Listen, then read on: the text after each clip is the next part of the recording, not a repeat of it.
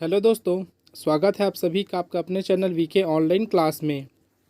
आज की इस वीडियो में हम लोग बात करने वाले हैं महिला एवं बाल विकास विभाग द्वारा जो परीक्षा आयोजित है, अर्थात सीजी व्यापम जो भी एग्ज़ाम लेने वाली है महिला एवं बाल विकास का, उसमें जो पर्यवेक्षक है अर्थात सुपरवाइजर है, उसमें खुली एवं सीमित भर्ती परीक्षा के लिए बहुत ही महत्वपूर्ण टॉपिक है दोस्तों, योजनाएँ एवं कार्यक्रम।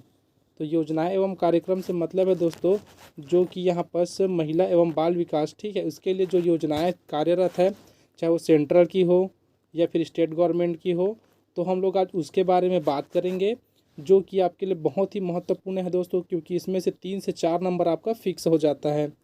तो आइए दोस्तों स्टार्ट करते हैं हमारा वीडियो और बढ़ते हैं हम लोग एक एक करके योजनाओं और कार्यक्रम को देखते हैं। तो सबसे पहले हम लोग देख लेते हैं दोस्तों विभागीय योजनाएं कौन कौन सी है। ये सिर्फ हेडलाइन है दोस्तों, इसके बाद इसमें से कुछ कुछ हम लोग थोड़ा डीप में भी देखेंगे कि क्या होता है। तो विभागीय योजनाएं में है दोस्तों, पहला दिया है नवा बिहान योजना, दूसरा दिया है दोस्तों महिला जागृति शिविर, तीसरा है स्वावलंबन योजना, चौथा है सक्षम योजना, पाँचवा है रीढ़ योजना, छठवा है संस्कार योजना, सातवां है मुख्यमंत्री बाल संदर्भ योजना, आठवां है पोषण अभियान, नौवां है मुख्यमंत्री सुपोषण अभियान, दसवां है दोस्तों महतारी जतन योजना, अगला है दोस्तों एकीकृत बाल संरक्षण योजना, फिर अगला है छत्तीसगढ़ मुख्यमंत्री कन्या विवाह योजना, अगला है दोस्तों पूरक पोषण आहार कार्यक्रम, फिर है महिला जागृति शिविर, और लास्ट है दोस्तों महिला स्व सहायता समूह गठन एवं सशक्तिकरण। तो ये हमारे पास कुछ विभागीय योजनाएं हैं दोस्तों। अब इनमें से कुछ का हम लोग थोड़ा डीप जाके देख लेते हैं कि होता क्या है। तो आइए दोस्तों देखते हैं, और हम लोग ऐसे टॉपिक को भी देखेंगे दोस्तों जो इसमें से नहीं है। तो देखते हैं दोस्तों इसके बाद हमारा टॉपिक। अब तो सबसे पहले बात करते हैं दोस्तों एकीकृत बाल विकास योजना के बारे में। तो इसके बारे में देखें तो क्या होता है, प्रदेश सरकार योजना के अनुसार राज्य के सभी 146 विकासखंड तथा 6 नगरीय क्षेत्रों में कुल 152 बाल विकास परियोजनाएं संचालित कर रही है। तो देखो दोस्तों हमारे पास एक योजना है एकीकृत बाल विकास योजना। इसमें क्या है, जो 146 विकासखंड है उसमें क्या कर रही है, और 6 जो नगरीय क्षेत्र है इसमें टोटल 152 जो है बाल विकास परियोजनाएं संचालित कर रही है। और उसमें किनको किनको क्या क्या लाभ हो रहा है दोस्तों उसको देखते हैं।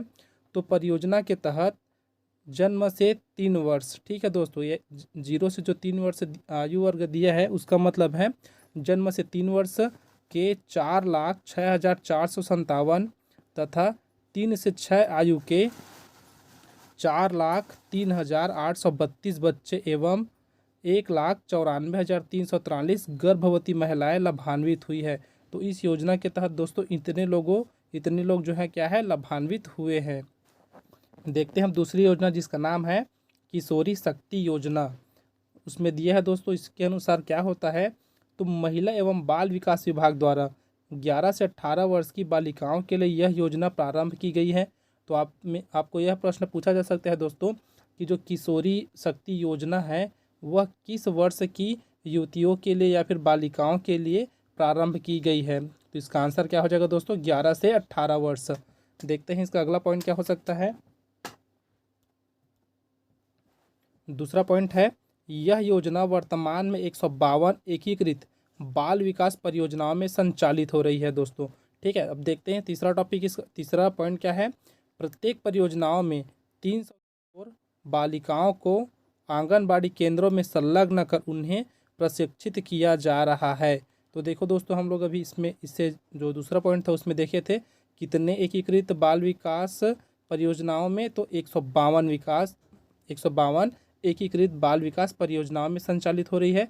और प्रत्येक में, ठीक है, प्रत्येक में लगभग 300 किशोर बालिकाओं को आंगनबाड़ी केंद्रों में क्या कर रहे हैं, तो प्रशिक्षण दिया जा रहा है।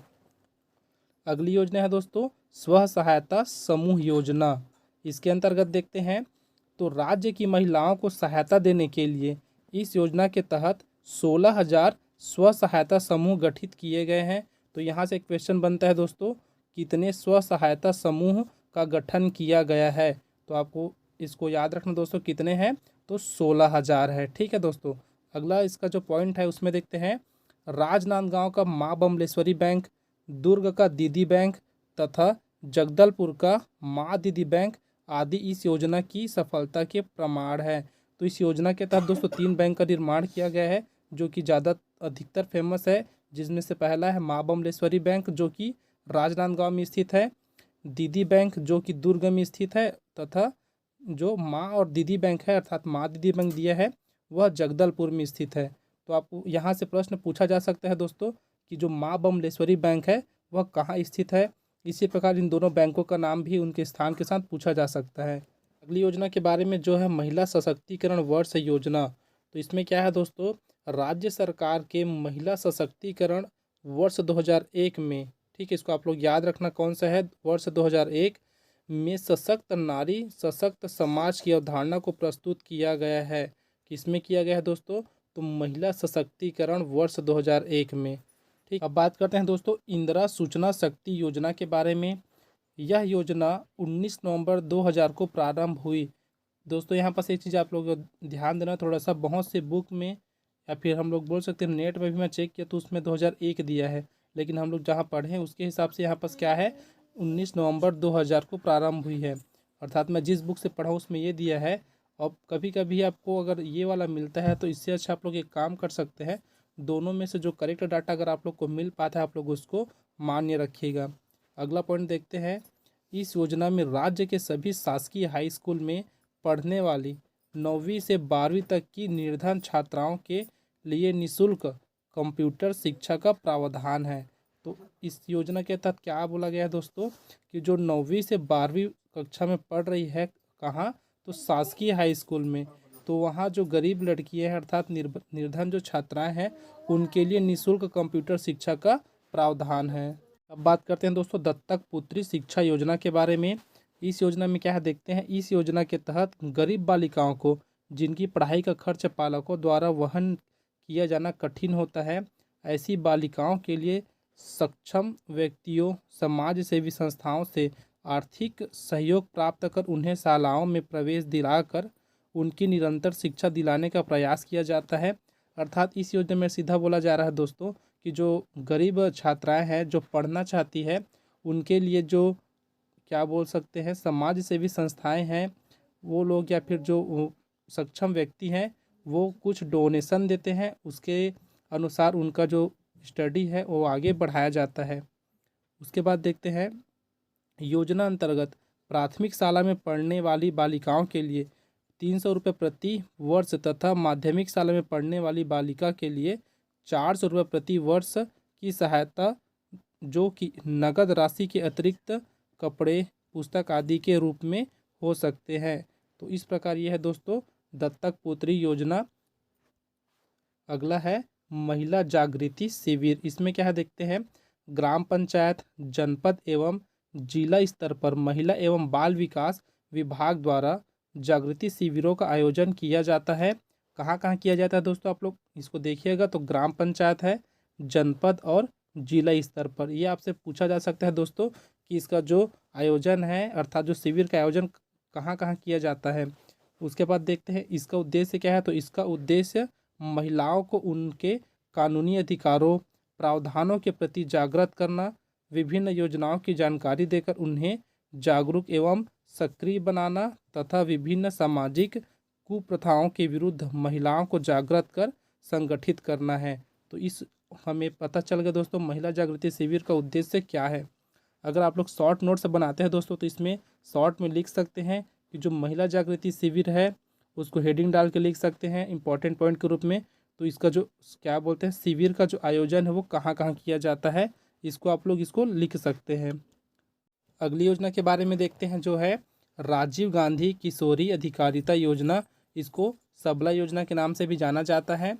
देखते हैं दोस्तों इसमें क्या है, इस योजना का शुभारंभ 19 नवंबर 2010 को केंद्र सरकार द्वारा किया गया। यहाँ से दोस्तों क्वेश्चन नंबर स्टार्ट हो गया। पहले देखते हैं, अगर इसमें पूछा जा सकता है राजीव गांधी किशोरी अधिकारिता योजना का शुभारंभ कब किया गया, तो इसका आंसर हो जाएगा 19 नवंबर 2010 को किया गया। और यह किसकी योजना है दोस्तों, तो केंद्र सरकार की योजना है। एक और क्वेश्चन यहाँ से बन गया। अब आगे बढ़ते हैं दोस्तों। और इस योजना के अंतर्गत 11 से 18 वर्ष तक की किशोरियों को शामिल किया गया है अब एक क्वेश्चन और बढ़ रहा है दोस्तों कि अगर पूछा जा सकता है राजीव गांधी किशोरी अधिकारिता योजना में कितने से कितने वर्ष तक की किशोरियों को शामिल किया गया है, तो ये है 11 से 18 वर्ष तक की। आगे बढ़ते हैं और इसमें किशोरियों के सही मानसिक और शारीरिक विकास के लिए उन्हें रियायती दर पर पौष्टिक आहार उपलब्ध कराए जाते हैं। तो यहाँ से एक और क्वेश्चन है दोस्तों, इस योजना का लाभ कौन ले रहे हैं, तो यहाँ से बन सकता है किशोरियाँ जो कि 11 से 18 वर्ष की हैं। और उसमें और विशेष बात क्या है दोस्तों, तो इस योजना के तहत जो किशोरियों हैं उनके मानसिक और शारीरिक विकास के लिए उनको रियायती दर पर, ठीक है, ये क्या है, कुछ जो मूल्य रहता है वो है उन दर पर पौष्टिक आहार उपलब्ध कराए जाते हैं। अगली योजना है दोस्तों मुख्यमंत्री कन्यादान योजना। अब देखते हैं इसमें क्या है। प्रदेश के निर्धन परिवारों को कन्या के विवाह के संबंध में होने वाली कठिनाइयों को देखते हुए छत्तीसगढ़ मुख्यमंत्री कन्यादान योजना लागू की गई है। देखते हैं अब इस योजना का उद्देश्य क्या है। तो निर्धन परिवारों को कन्या के विवाह के संदर्भ में होने वाली आर्थिक कठिनाइयों के निवारण, विवाह के अवसर पर होने वाली फिजूल खर्ची को रोकने एवं सादगीपूर्ण विवाहों को बढ़ावा देना, सामूहिक विवाहों के आयोजन के माध्यम से निर्धनों के मनोबल या फिर आत्मविश्वास में वृद्धि एवं उनकी सामाजिक स्थिति में सुधार, सामाजिक विवाहों को प्रोत्साहन तथा विवाहों में दहेज के लेन देन में रोकथाम करना। ठीक है दोस्तों, तो ये उनका क्या है उद्देश्य है कि इस योजना में क्या क्या या फिर किस चीज़ को रखकर इस योजना को बनाया गया है। देखते हैं इसमें और कुछ है उसको। अब देखते हैं योजना अंतर्गत सहायता, मतलब इसी योजना के अंतर्गत है दोस्तों। इसमें क्या है, गरीबी रेखा से नीचे जीवन यापन करने वाले परिवार की 18 वर्ष से अधिक आयु की अधिकतम 2 युवतियों, ठीक है, या फिर 2 कन्याओं को योजना के अंतर्गत 8,000 रुपये तक की आर्थिक सहायता सामग्री के रूप में देय होगी, जो कि कन्या आवश्यकता अनुसार निर्धारित की जाएगी। सामूहिक विवाह आयोजन के लिए प्रति कन्या राशि 2,000 तक तय की जाएगी। इस प्रकार योजना अंतर्गत प्रत्येक कन्या के विवाह हेतु अधिकतम 10,000 की सहायता राशि देय होगी। ठीक है दोस्तों, तो इस योजना के अंतर्गत जो सहायता है वो यहाँ पर है, इसको आप लोग और अच्छे से रीड कर सकते हैं। अगली योजना है छत्तीसगढ़ महिला कोष योजना। छत्तीसगढ़ राज्य में महिलाओं के आर्थिक एवं सामाजिक विकास संबंधी कार्यों हेतु छत्तीसगढ़ महिला कोष का गठन छत्तीसगढ़ सोसाइटीज रजिस्ट्रीकरण अधिनियम 1973 के तहत किया गया है। ये महत्वपूर्ण लाइन है दोस्तों, आप लोग इसको याद रखना। जो इसका गठन हो कहाँ से किया गया है और कब किया गया है वो। कोष के शासी बोर्ड की पदेन अध्यक्षता माननीय मुख्यमंत्री महिला एवं बाल विकास विभाग है। शासी बोर्ड में महिलाओं के आर्थिक विकास से संबंधित प्रमुख विभागों के सचिव भी सदस्य के रूप में सम्मिलित है। कोष में पदेन कार्यपालन निर्देशक सचिव महिला एवं बाल विकास विभाग है। तो ये इनका इसके बारे में है दोस्तों, इनके बारे में तो छत्तीसगढ़ महिला कोष के बारे में देखते हैं दोस्तों। इस योजना के लक्ष्य एवं उद्देश्य निम्नानुसार है। तो देखो दोस्तों, आप लोग इसको स्क्रीनशॉट करके रख सकते हैं, उसके बाद इसको अच्छे से पढ़ सकते हैं। अगर मैं एक एक को पढ़ता रहूँगा तो वीडियो बहुत लंबा हो जाएगा, तो आप लोग इसको स्क्रीनशॉट रख लीजिए, फिर इसको आराम से पढ़िएगा। ये उसका अगला पेज है जो दिख रहा है, इसको भी आप लोग स्क्रीनशॉट कर लेना। ये भी जो पिछला वाला स्लाइड था उसके बाद वाला स्लाइड का है। अब देखते हैं दोस्तों अगली योजना के बारे में। अब बात करते हैं दोस्तों अगली योजना के बारे में, जो है छत्तीसगढ़ महिला कोष की ऋण योजना। ये हमारे पास इसके कुछ महत्वपूर्ण पॉइंट है दोस्तों, इसको हम लोग अच्छे से देखते हैं। तो पहला पॉइंट दिया है छत्तीसगढ़ महिला कोष द्वारा महिला स्वयं सहायता समूहों को आसान शर्तों पर ऋण उपलब्ध कराने के उद्देश्य से 15 अगस्त 2003 से इस योजना का संचालन किया जा रहा है। यहाँ से महत्वपूर्ण एक तो बन गया दोस्तों क्वेश्चन कि इस योजना का आरंभ कब किया गया, तो 15 अगस्त 2003 को किया गया। देखते हैं अगला पॉइंट।